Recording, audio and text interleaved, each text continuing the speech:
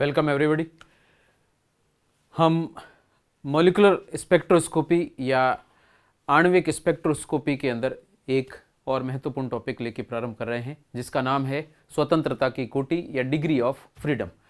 वास्तव में स्वतंत्रता की कोटि या डिग्री ऑफ फ्रीडम, जिसको हम शॉर्ट में DOF लिख रहे हैं, ये किसी भी अणु के गैसीय अवस्था में गति करने के विभिन्न तरीकों की संख्या को प्रदर्शित करता है कि कोई भी एक गैसीय अणु स्वतंत्र रूप से कितने तरह की गतियां प्रदर्शित करता है। उन सभी को हम सम्मिलित रूप से स्वतंत्रता की कोटि द्वारा प्रदर्शित करते हैं। अर्थात डिग्री ऑफ फ्रीडम वास्तव में क्या है? पहली चीज तो ये गैसीय अवस्था के लिए हम गिनती कर रहे हैं, तो गैसीय अवस्था में अणु द्वारा, गैसीय अवस्था में अणु द्वारा गति करने के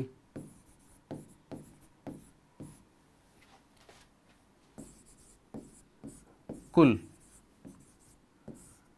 तरीकों की संख्या को या तरीकों को डिग्री ऑफ फ्रीडम या स्वतंत्रता की कोटि कहते हैं। अर्थात एक गैसीय अणु स्वतंत्र रूप से या मुक्त रूप से कितना मुक्त विचरण किस तरीके से करता है, उसी को हम स्वतंत्रता की कोटि के द्वारा प्रदर्शित करते हैं। तो गैसीय अणु के मुक्त रूप से विचरण करने के विभिन्न तरीकों को हम डिग्री ऑफ फ्रीडम के नाम से प्रदर्शित करते हैं। आउटलाइन के रूप में यदि प्रदर्शित किया जाए या सामान्य रूप से दर्शाया जाए तो गैसीय अणु में मूलतः 3 प्रकार की गतियां पाई जाती है, जिसमें एक है स्थानांतरण गति या ट्रांसलेशनल मोशन, दूसरा है वाइब्रेशनल मोशन और तीसरा है रोटेशनल मोशन। तो यहाँ पर हम गैसीय अणु के लिए कुल कितनी गतियां हैं वो ले रहे हैं। तो नेक्स्ट है गैसीय अणु कुल 3 प्रकार की गति दर्शाता है या मोशन प्रदर्शित करता है। कौन कौन से मोशन है? पहला है स्थानांतरण गति, स्थानांतरण गति या जिसको कहा जाता है ट्रांसलेशनल मोशन, शॉर्ट में हम इसको TM ट्रांसलेशनल मोशन कहेंगे। दूसरा है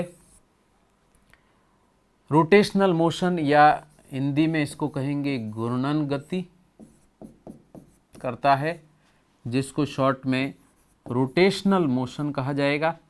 और तीसरा है कंपन गतियां,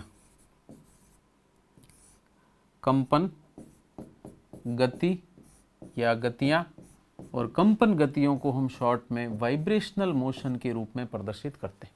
ट्रांसलेशनल मोशन जो दिया गया है, ये किसी अणु के त्रिविमीय रूप से अर्थात X, Y और Z एक्सिस पर जो 3 निर्देशांक हैं, इसके सापेक्ष जो गति प्रदर्शित हो रही है, उसी को हम यहाँ पर किसके रूप में दर्शाते हैं? ट्रांसलेशनल मोशन के। तो कोई अणु त्रिनिर्देशांकों के रूप में अगर गमन करता है तो X एक्सिस के सापेक्ष, Y एक्सिस के सापेक्ष या Z एक्सिस के सापेक्ष गति करता है। अर्थात किसी भी अणु के त्रिनिर्देशांकी रूप से जो गति प्रदर्शित होती है, जिसमें अणु एक जगह से दूसरी जगह स्थानांतरित होता है, इसे हम ट्रांसलेशनल मोशन कहते हैं और ये त्रिनिर्देशांकों के रूप में प्रदर्शित की जाती है। दूसरा है घूर्णन गति।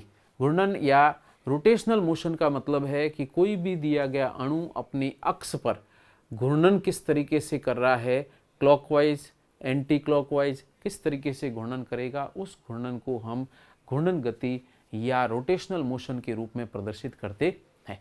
तीसरे प्रकार के जो गति है वो है कंपन गति। कंपन गति वास्तव में जब अणु आपस बंध, जिस बंध के साथ जुड़े हुए हैं, उनमें बंध लंबाई परिवर्तित होने के साथ में जो गति प्रदर्शित हो रही है, उसी को हम यहाँ पर कंपन गति के नाम से प्रदर्शित करते हैं। तो यहाँ पर दी गई स्थानांतरण गति ये त्रिनिर्देशांक पर निर्भर करती है, त्रिनिर्देशांक या एक्सिस X, Y, Z पर निर्भर करती है। दूसरी घूर्णन गति जो दी गई है वह अणु की संरचना के अनुसार अक्ष पर निर्भर करती है कि एक अक्ष के सापेक्ष अणु किस तरीके से घूर्णन कर रहा है। और तीसरा कंपन गति है, ये अणु के बंध पर निर्भर करती है, जिसमें बंध लंबाई परिवर्तित होती रहती है या बंध कोण भी इसमें परिवर्तित होता है। तो यहाँ पर कंपन गति बंध लंबाई या बंध से संबंधित, रोटेशनल मोशन या घूर्णन गति संरचना से, उनकी अक्ष से संबंधित है, जबकि त्रिनिर्देशांक के रूप से स्थानांतरण गति प्रदर्शित की जाती। तो कोई भी एक गैसीय अणु मूलतः 3 प्रकार की गतियां प्रदर्शित करता है। और यदि इसकी कुल गतियों की बात की जाए तो अणु कौन सा ले रहे हैं हम, ये ध्यान रखना है, गैसीय अणु की बात कर रहे हैं। तो गैसीय अणु की टोटल डिग्री ऑफ फ्रीडम, अगर कुल डिग्री ऑफ फ्रीडम की बात की जाए तो ये 3 प्रकार की गतियों के योग के बराबर होगी। ट्रांसलेशनल मोशन, रोटेशनल मोशन और वाइब्रेशनल मोशन, तीनों गतियों को जोड़ करके हम कुल डिग्री ऑफ फ्रीडम ज्ञात करते हैं। और अगर कुल डिग्री ऑफ फ्रीडम इस तरीके से ज्ञात की जाती है तो हम अणु में उपस्थित परमाणुओं की संख्या के साथ में इसका क्या संबंध है, उस संबंध को हम नेक्स्ट में प्रदर्शित करते हैं। तो यहाँ पर टोटल डिग्री ऑफ फ्रीडम की यदि बात की जाए तो टोटल डिग्री ऑफ फ्रीडम को हम 3 प्रकार की गतियों के सापेक्ष प्रदर्शित करते हैं। पहली है जिसको कहेंगे ट्रांसलेशनल मोशन या कहा जाता है स्थानांतरण गति। स्थानांतरण गति की अगर बात की जाए तो ये त्रिनिर्देशांक पर या 3 निर्देशांक x, y, z पर निर्भर करती है। इसलिए अगर कोई भी अणु दिया जाए, किस अवस्था में, गैस अवस्था की बात कर रहे हैं, तो गैस अवस्था में दिया गया कोई भी अणु 3 निर्देशांक x, y, z के सापेक्ष अधिकतम 3 गतियां प्रदर्शित कर सकता है। तो यहाँ पर ट्रांसलेशनल मोशन है, इनकी संख्या के कितनी होगी, 3 होगी। चाहे दिया गया अणु एकल परमाणविक है या बहुपरमाणविक है, फिर भी अगर स्थानांतरण गति की बात की जाए तो स्थानांतरण गतियां केवल कितनी संभव है, 3। सेकंड हम बात कर रहे हैं रोटेशनल मोशन या जिसको कहा जाता है घूर्णन गति की। अगर घूर्णन गति को प्रदर्शित किया गया हो तो हम इसे 3 भागों में विभाजित करके प्रदर्शित करते हैं। पहले के अंदर लिया जाता है एकल परमाणविक अणु, एकल परमाणविक अणु। दूसरे में हम लेंगे द्विपरमाणविक अणु और तीसरे में लेंगे बहुपरमाणविक अणु। इन तीनों में से पहले को हम कहेंगे मोनो एटॉमिक मॉलिक्यूल, दूसरा है डाई एटॉमिक मॉलिक्यूल और तीसरा है पॉली एटॉमिक मॉलिक्यूल। इन तीनों में यदि हम रोटेशनल मोशन की बात करें तो एकल परमाणविक अणु यदि है तो एक सामान्य गोलाकार संरचना होगी और उस गोलाकार संरचना के अंदर रोटेशन अगर किसी भी रूप में किया जाए तो हम स्पष्ट रूप से पृथक पृथक ज्ञात नहीं कर सकते। तो ऐसी स्थिति में यदि घूर्णन गति की बात की जाए तो एकल परमाणविक अणु में घूर्णन गति की संख्या कितनी होगी, 0। लेकिन यदि द्विपरमाणु अणु की बात की जाए तो अणु अपने अक्ष पर क्लॉकवाइज और एंटी क्लॉकवाइज गुरुत्व केंद्र के सापेक्ष गति प्रदर्शित करता है। अर्थात द्विपरमाणु अणु की यदि रोटेशनल मोशन की बात की जाए तो इसकी संख्या कितनी हो जाएगी, 2 हो जाएगी, एक क्लॉकवाइज एंटी क्लॉकवाइज। लेकिन द्विपरमाणु अणु होना चाहिए, एक परमाणु इधर दूसरा इधर, बीच में बंद है। तो इस तरीके से द्विपरमाणु अणु क्लॉकवाइज एंटी क्लॉकवाइज 2 ये घूर्णन गति प्रदर्शित करता है या रोटेशनल मोशन दर्शाता है। तीसरा प्रकार का यदि हम बात करते हैं बहुपरमाणुक अणु की, तो बहुपरमाणविक अणु के अंदर यदि घूर्णन गतियां या रोटेशनल मोशन प्रदर्शित की जाए तो इसको हम 2 भागों में विभाजित करते हैं। पहला है अगर दिया गया अणु कैसा है, रेखीय अणु है, और या फिर दिया गया अणु कैसा है, अरेखीय, लीनियर या नॉन लीनियर मॉलिक्यूल दिया जाए। रेखीय बहुपरमाणविक अणु और अरेखीय बहुपरमाणविक अणु दिया जाए। जैसे रेखीय बहुपरमाणविक अणु के अंदर कार्बन डाइऑक्साइड और अरेखीय बहुपरमाणविक अणु में SO2 सल्फर डाइऑक्साइड है। तो ऐसी स्थिति में घूर्णन गति की बात की जाए तो रेखीय अणु यदि घूर्णन गति प्रदर्शित करेगा तो उसकी संख्या कितनी होगी, 2 होगी। क्योंकि रेखीय अणु लंबाई में कितना भी है क्लॉकवाइज और एंटी क्लॉकवाइज रोटेशन ही प्रदर्शित कर सकता है, संख्या कितनी होगी 2। लेकिन यदि बहुपरमाणविक अरेखीय अणु दिया गया है तो उसके घूर्णन गतियों की संख्या यहाँ पर कितनी होती है, 3 होती है। तो इस तरीके से अगर रोटेशनल मोशन की बात की जाए तो एकल परमाणुविक अणु में कोई रोटेशनल मोशन नहीं होता, द्विपरमाणुक अणु में के अंदर 2 रोटेशनल मोशन या 2 घूर्णन गतियां होगी, और बहुपरमाणुविक अणु में संरचना के आधार पर अगर हम प्रदर्शित करें तो रेखीय अणु में 2 और अरेखीय अणु में 3 बहुपरमाणुविक अणु के लिए घूर्णन गतियां संभव है। इसी तरीके से मैं तीसरे प्रकार का मोशन ले रहा हूं जिसको कहा जाता है वाइब्रेशनल मोशन।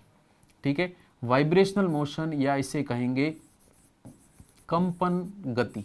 ये सबसे महत्वपूर्ण भाग है और यह सबसे जटिल तरीके से प्राप्त की जाती है। इसके लिए एक सूत्र व्युत्पन्न करना पड़ता है। तो यहाँ पर यदि हम बात करते हैं Vm या कंपन गतियों की, तो कंपन गतियाँ यहाँ पर हम प्रदर्शित करें तो इसको भी 3 भागों में विभाजित करता हूँ, पहला, दूसरा और तीसरा। पहले में हम वापस वही यूज कर रहे हैं एकल परमाणुविक अणु, द्विपरमाणुविक अणु के लिए, और ये है बहुपरमाणुविक अणु या पॉली एटॉमिक मॉलिक्यूल। तो ये मोनो एटॉमिक, डाई एटॉमिक और पॉली एटॉमिक मॉलिक्यूल्स तीनों की बात की जाए तो वाइब्रेशनल मोशन, वास्तव में वाइब्रेशनल मोशन किससे संबंधित है, बंध से संबंधित है। अगर किसी भी अणु में बंध है तो ही उसकी बंध लंबाई में परिवर्तन हो सकता है, कंपन हो सकता है। अगर बंध नहीं है तो उसमें कंपन भी नहीं होगा। तो चूंकि एकल परमाणुविक अणु में बंध नहीं होता है, इसलिए एकल परमाणुविक अणु के लिए वाइब्रेशनल मोशन की संख्या कितनी होगी, 0। लेकिन यदि द्विपरमाणुक अणु लिया जाए तो द्विपरमाणुक अणु में दिया गया बंध एक ही अक्ष पर स्थित होता है। ऐसी स्थिति में यदि यहाँ पर कंपन होगा तो उसी एक ही तल के अंदर कंपन होगा, अर्थात एक ही बंध के सापेक्ष केवल एक ही कंपन हो सकता है। इसलिए वाइब्रेशनल मोशन के नंबर कितने हो जाएंगे, 1, अर्थात द्विपरमाणुक अणु जिसमें एक बंध है, वाइब्रेशनल मोशन की संख्या केवल कितनी होगी, 1 होगी। लेकिन यदि बहुपरमाणुविक अणु दिया गया है तो उसकी संरचना के आधार पर यह 2 प्रकार का होगा। यदि रेखीय बहुपरमाणुविक अणु दिया है या अरेखीय बहुपरमाणुविक अणु दिया गया है तो उनके वाइब्रेशनल मोशन की संख्या कैसे ज्ञात करते हैं। यदि मैं या टोटल डिग्री ऑफ फ्रीडम को इन तीनों के योग के रूप में अगर 3n से प्रदर्शित करता हूं, जिसमें 3 संख्या है और n यहाँ पर जो दिया गया है ये परमाणुओं की संख्या को दर्शाता है, परमाणुओं की संख्या। तो अणु में परमाणुओं की संख्या कितनी है उस संख्या को n की जगह रख दें तो टोटल डिग्री ऑफ फ्रीडम प्राप्त होती है। ये सूत्र कहाँ से आएगा, ये भी हम व्युत्पन्न करेंगे। तो मान लीजिए total degree of freedom 3n से प्रदर्शित की गई है, जिसमें n एक अणु में उपस्थित परमाणु की संख्या के बराबर है। तो ऐसी स्थिति में यदि रेखीय अरेखीय वाइब्रेशनल मोशन की बात की जाए तो कैसे ज्ञात करेंगे, तो सीधा सा है। अगर मैं लेता हूं एकल परमाणुविक अणु, तो एकल परमाणुविक अणु में वाइब्रेशनल मोशन नहीं होगा, रोटेशनल भी नहीं होगा, लेकिन ट्रांसलेशनल या स्थानांतरण गतियों की संख्या केवल कितनी होगी, 3। तो एक परमाणुविक अणु के लिए टोटल डिग्री ऑफ फ्रीडम कितना हो जाएगा, 3 हो जाएगा। लेकिन अगर मैं द्विपरमाणुक अणु की बात करता हूं तो द्विपरमाणुक अणु में स्थानांतरण गति होगी नंबर 1 और उसकी संख्या है 3।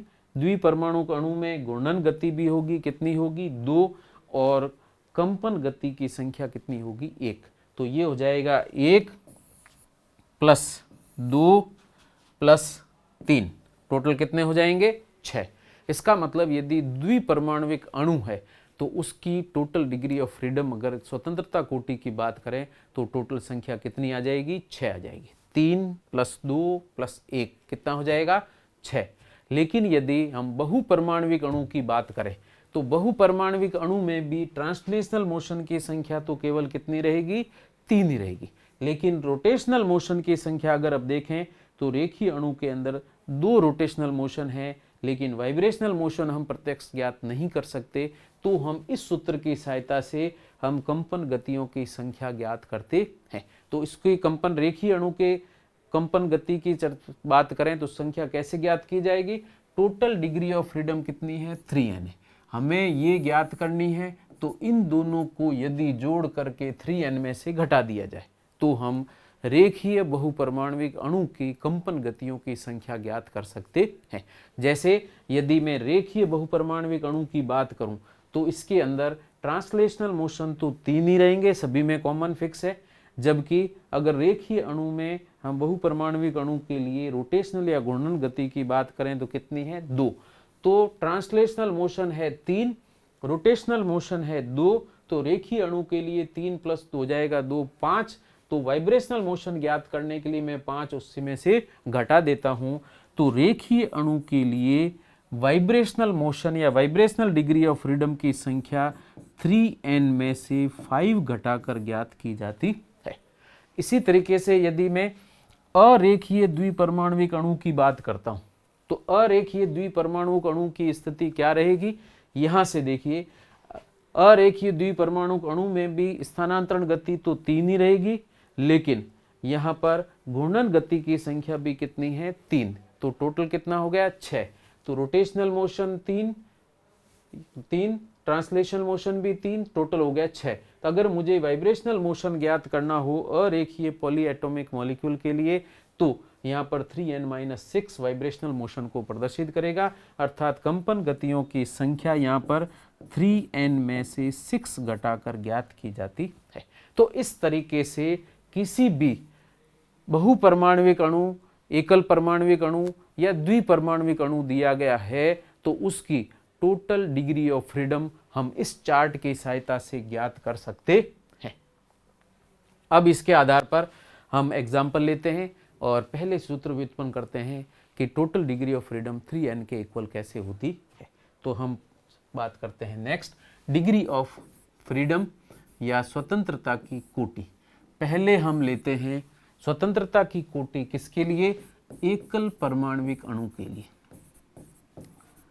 एकल परमाणुक अणु अगर दिया गया है तो एकल परमाणुक अणु में ट्रांसलेशनल मोशन की संख्या होती है 3, रोटेशनल मोशन की संख्या, इसमें चूंकि संरचना में एक ही परमाणु है इसलिए घूर्णन की संख्या 0 हो जाएगी, और बंद नहीं है इसलिए वाइब्रेशनल मोशन भी कितने होंगे? 0। इसलिए एकल परमाणुक अणु के लिए डिग्री ऑफ फ्रीडम या स्वतंत्रता की कोटि इन तीनों के योग के बराबर ली जाए तो ये हो जाता है नंबर 3। तो एकल परमाणुक अणु के लिए डिग्री ऑफ फ्रीडम कितना आ रहा है? 3। सेकंड में एग्जांपल लेता हूं द्विपरमाणुक अणु के लिए। ऐसा अणु जिसमें 2 परमाणु हैं उसे द्विपरमाणुक अणु कहते हैं। द्विपरमाणुक अणु के लिए यदि मैं ट्रांसलेशनल मोशन की बात करता हूं, यहां आपको ध्यान रखना है एकल परमाणुक, द्विपरमाणुक या बहुपरमाणुक कोई भी अणु दिया जाए उसकी ट्रांसलेशनल मोशन की संख्या हमेशा ही कितनी होगी? 3 निर्देशांकों पर निर्भर 3 ही होगी। तो ट्रांसलेशनल मोशन हमेशा 3 रहेगी सभी में। दूसरे में यदि हम बात करते हैं रोटेशनल मोशन या घूर्णन गति की बात की जाए तो द्विपरमाणुक अणु में घूर्णन एक निश्चित अक्ष पर है तो क्लॉकवाइज और एंटी क्लॉकवाइज घूर्णन हो सकता है, तो रोटेशनल मोशन कितने होंगे? 2। तीसरा हम बात कर रहे हैं वाइब्रेशनल मोशन। द्विपरमाणुक अणु में बंद 1 है तो वाइब्रेशनल मोशन की संख्या हम पहले ले चुके हैं, कितना होगा? सिर्फ 1 बंद के सापेक्ष 1 वाइब्रेशनल मोशन। तो द्विपरमाणुक अणु के लिए टोटल डिग्री ऑफ फ्रीडम कितनी हो जाएगी? ये हो जाएगी इन तीनों के योग के बराबर, तो 3 + 2 + 1 = कितना हो गया? 6 हो गया।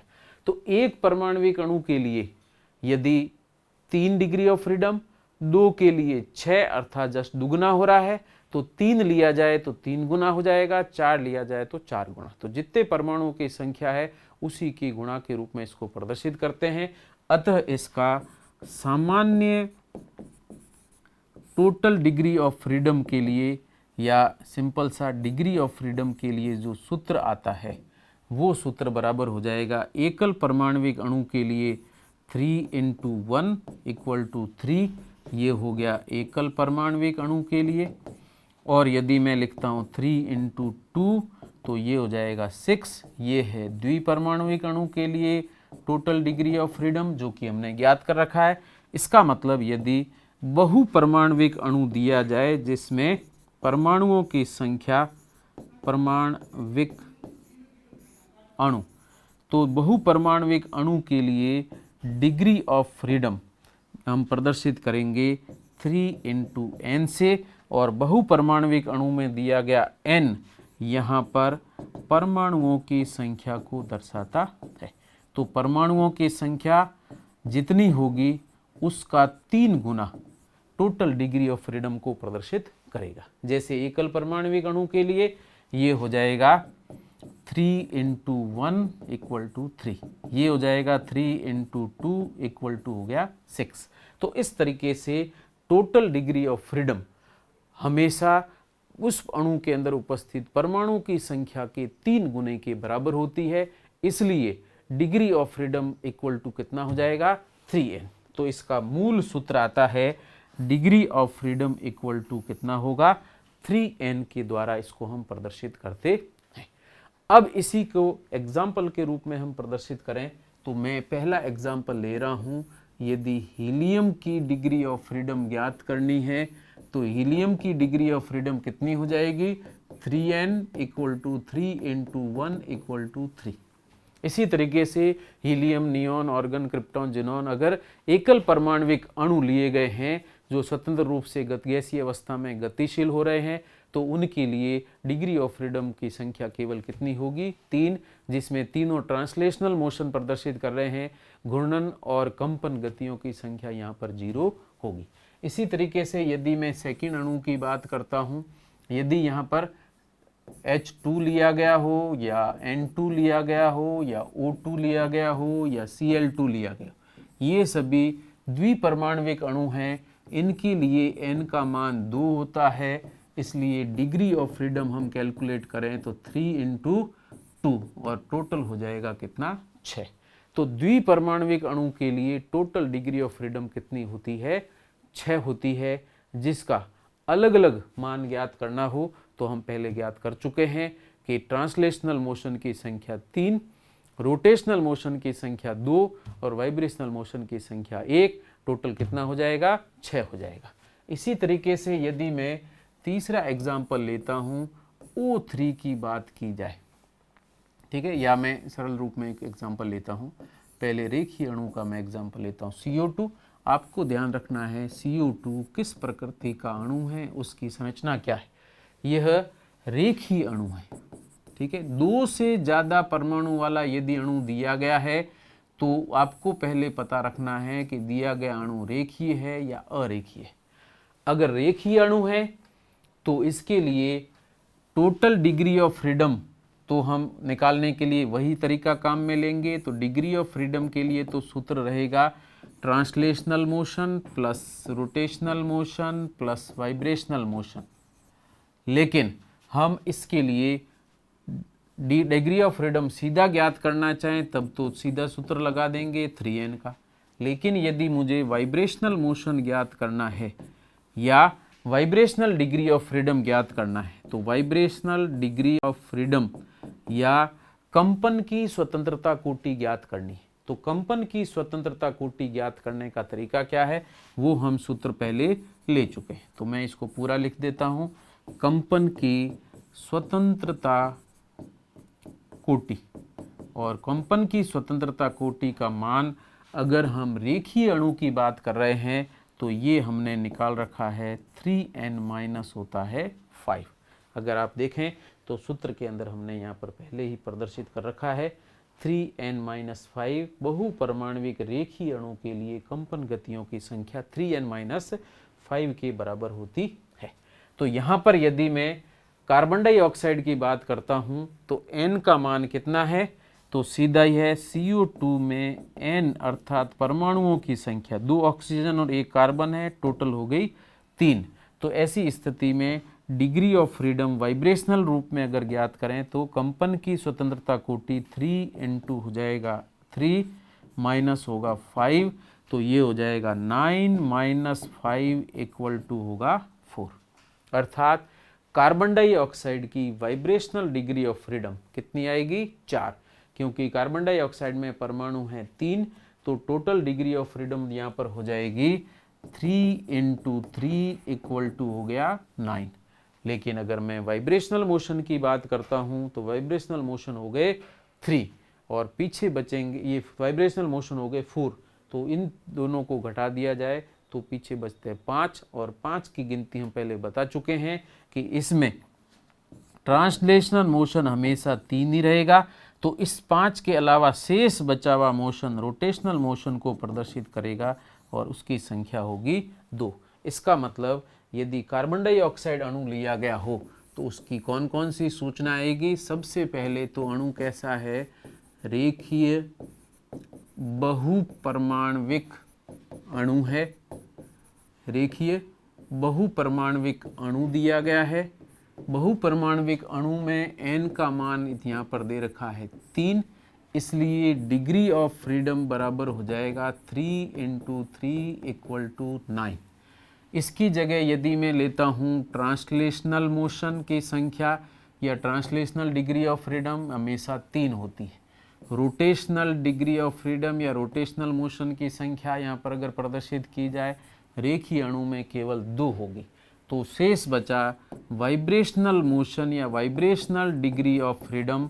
और वाइब्रेशनल डिग्री ऑफ फ्रीडम निकालने के लिए सूत्र है रेखीय अणुओं के लिए 3n - 5, 3n का मान 3 × 3 - 5 किया जाए तो ये आता है 4। तो दिए गए कार्बन डाइऑक्साइड की टोटल डिग्री ऑफ फ्रीडम है 9, जिसमें से 3 है ट्रांसलेशनल मोशन, 2 है रोटेशनल मोशन और 4 है वाइब्रेशनल मोशन। तो इस तरीके से अरेखीय कार्बन डाइऑक्साइड अणु के अलग अलग डिग्री ऑफ फ्रीडम को हम ज्ञात कर सकते हैं सूत्र की सहायता से। नेक्स्ट एग्जांपल मैं ले रहा हूँ SO2 की डिग्री ऑफ फ्रीडम ज्ञात करिए। तो कैसे ज्ञात की जाती है, तो कार्बन डाइऑक्साइड रेखीय अणु है, लेकिन सल्फर डाइऑक्साइड की बात की जाए तो सल्फर डाइऑक्साइड इस तरह का अरेखीय अणु है। तो आपको सबसे पहले ये पता रखना पड़ेगा कि दिया गया अणु रेखीय है या अरेखीय। ठीक है, तो रेखीय या अरेखीय अणु दिया गया है तो उसके आधार पर आपको वाइब्रेशनल मोशन ज्ञात करने हैं। तो सबसे पहले मैं यहाँ कैलकुलेट करता हूँ डिग्री ऑफ फ्रीडम टोटल कितनी है, तो 3 × 3 इक्वल टू 9 हो जाएगा। तो यहाँ पर SO2 के अंदर नंबर ऑफ एटम्स कितने हैं, 3 है, तो सूत्र 3n लिखें तो 3 × 3 टोटल 9। दोनों की टोटल डिग्री ऑफ फ्रीडम कितनी रहेगी, 9 रहेगी। लेकिन यदि मैं इसकी वाइब्रेशनल मोशन की बात करता हूँ या वाइब्रेशनल डिग्री ऑफ फ्रीडम की बात करें या कंपन की स्वतंत्रता कोटि ज्ञात करना चाहें तो अणु कैसा है, अरेखीय। रेखीय अणु के लिए तो सूत्र है 3n - 5, लेकिन अरेखीय अणु दिया गया हो तो सूत्र होता है 3n - 6, जो कि हम पहले ले चुके हैं। और 3n - 6 के आधार पर यदि मैं n का मान 3 रख करके सरल करूं तो ये हो जाएगा 3 × 3 - 6, तो 3 × 9 - 6 हो जाएगा कितना, 3। और ये 3 वाइब्रेशनल डिग्री ऑफ फ्रीडम है, जिसमें ट्रांसलेशनल मोशन की संख्या या स्थानांतरण गतियों की संख्या तो हमेशा निश्चित 3 ही होती है। तो शेष बचे हुए मोशन कौन कौन से होंगे, वे हो जाएंगे रोटेशनल मोशन, और यहाँ रोटेशनल मोशन की संख्या भी कितनी होगी, 3। तो SO2 में वाइब्रेशनल डिग्री ऑफ फ्रीडम निकलेगी 3, टोटल डिग्री ऑफ फ्रीडम निकलेगी 9। तो इसके अलावा 3 हो जाएगा ट्रांसलेशनल मोशन जो कि फिक्स है, स्थानांतरण गति, और इसके अलावा शेष जो बचेगी सूत्र से ज्ञात करने के बाद 3 यहाँ आ गया है, 3 यहाँ आ गया है, तो 9 में से 6 घटा देंगे तो शेष बचा हुआ मान रोटेशनल मोशन को प्रदर्शित करता है। और इस तरीके से रोटेशनल मोशन कितने होंगे, 3। और यदि आप ऊपर वाले संबंध में देखें तो ये 6 भी इन 3 को जोड़ करके टोटल रोटेशनल और ट्रांसलेशनल मोशन लिख करके हम वाइब्रेशनल मोशन की संख्या ज्ञात करते हैं। और इस तरीके से SO2 में वाइब्रेशनल मोशन कितने होंगे, 3 हो जाएंगे।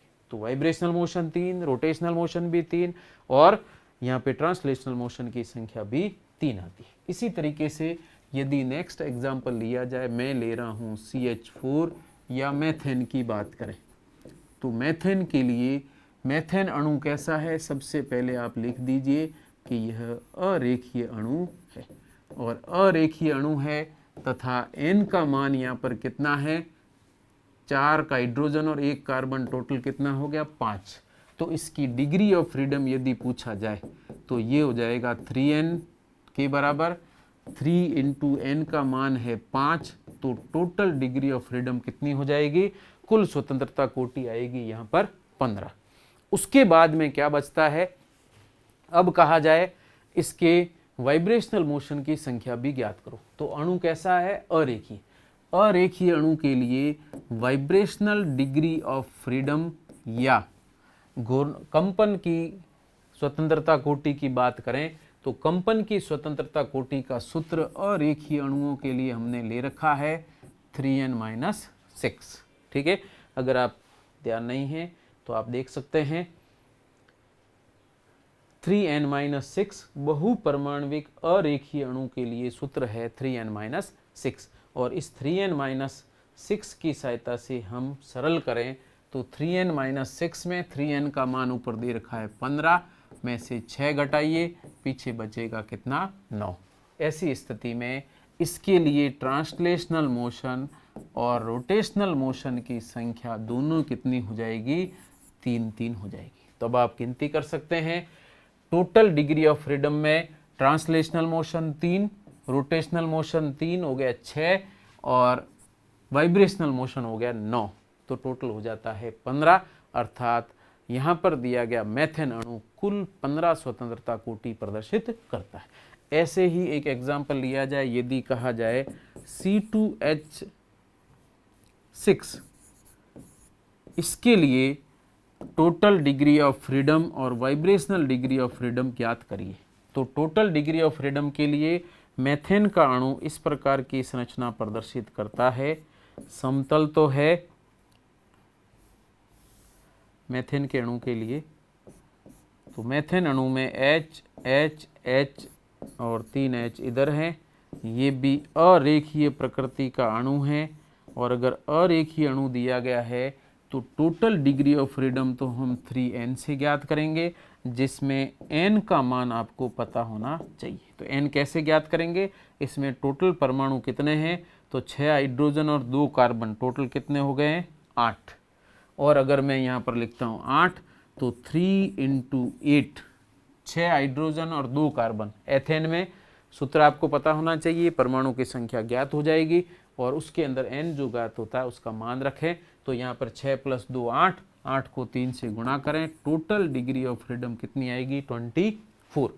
इसके बाद में यदि मैं यहाँ प्रदर्शित करता हूँ वाइब्रेशनल डिग्री ऑफ फ्रीडम या कंपन की स्वतंत्रता कोटि, तो कंपन की स्वतंत्रता कोटि के लिए सूत्र रहेगा 3n-6। यहाँ पे 3n-6 अरेखीय अणु, ये भी अरेखीय अणु है, सूत्र 3n-6 रहेगा। वाइब्रेशनल डिग्री ऑफ फ्रीडम यहाँ पर बदल जाएगी और यहाँ पर यदि मैं गिनती करता हूँ तो 3 into 8 minus 6 equal to 8 into 3 24 में से 6 सब्सट्रैक्ट करिए, कितना हो जाएगा 18। 18 और 6 24 होते हैं, तो ये हो जाएगा आपकी 18 वाइब्रेशनल डिग्री ऑफ फ्रीडम। बाकी ट्रांसलेशनल मोशन 3 है और रोटेशनल मोशन भी 3 है जो कि फिक्स हैं, वो सभी अरेखीय अणुओं के लिए उसी तरीके से चलेंगे। तो इस प्रकार से हम टोटल डिग्री ऑफ फ्रीडम और वाइब्रेशनल डिग्री ऑफ फ्रीडम ज्ञात कर सकते हैं और उसके लिए 1-2 सिंपल से सूत्र काम में लिए जाते हैं। इसके अलावा एक एग्जाम्पल मैं और ले लेता हूँ और वो है, यदि आपको कहा जाए टोलुइन की डिग्री ऑफ फ्रीडम ज्ञात करिए, तो टोलुइन की डिग्री ऑफ फ्रीडम कितनी होगी, तो टोलुइन का सूत्र होता है C6H5CH3। और इसके अंदर यदि मैं बात करूं अणु कैसा है, तो अणु हमेशा अरेखीय प्रकृति का होगा और अरेखीय प्रकृति के अणु में परमाणुओं की संख्या 6 + 5 11, 1 12 और 3 टोटल कितना हो गया 15।